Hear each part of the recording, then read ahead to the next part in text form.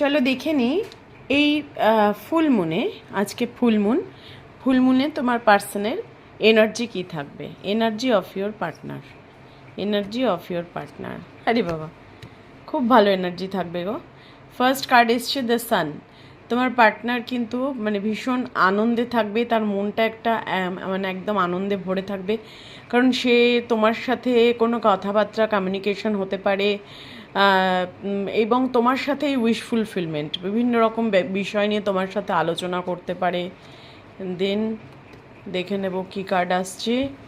Woman holding এ coin. তোমার partner তো মানে তোমাকেই মনে ধরে রেখেছে, তোমার সাথে উইশ ফুলফিলমেন্ট চায়, এবং তোমাকে মনে করে না তুমি খুব সেলফ সাফিসিয়েন্ট একজন মহিলা, যে মানে যার টাকা পয়সার জন্য অন্তত তোমার পার্টনারের উপর নির্ভর করতে হবে না, এরকম তার একটা থিঙ্কিং আছে তোমাকে নিয়ে।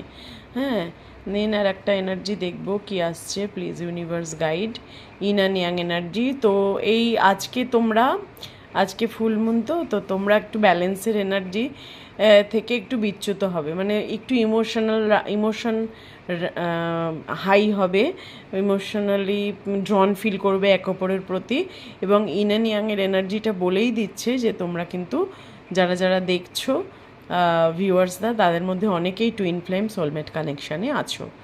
স্পেশালি আমি টুইন ফ্লেমের জন্য ওই রিডিংটা বলবো।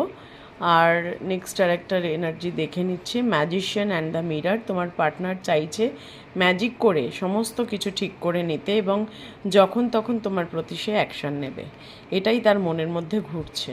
সে কিন্তু ম্যাজিক্যালি সব কিছু ম্যানেজ করতে চাইছে।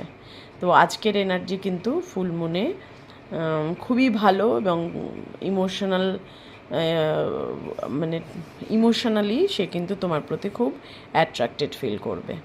Please claim this energy. Thank you universe.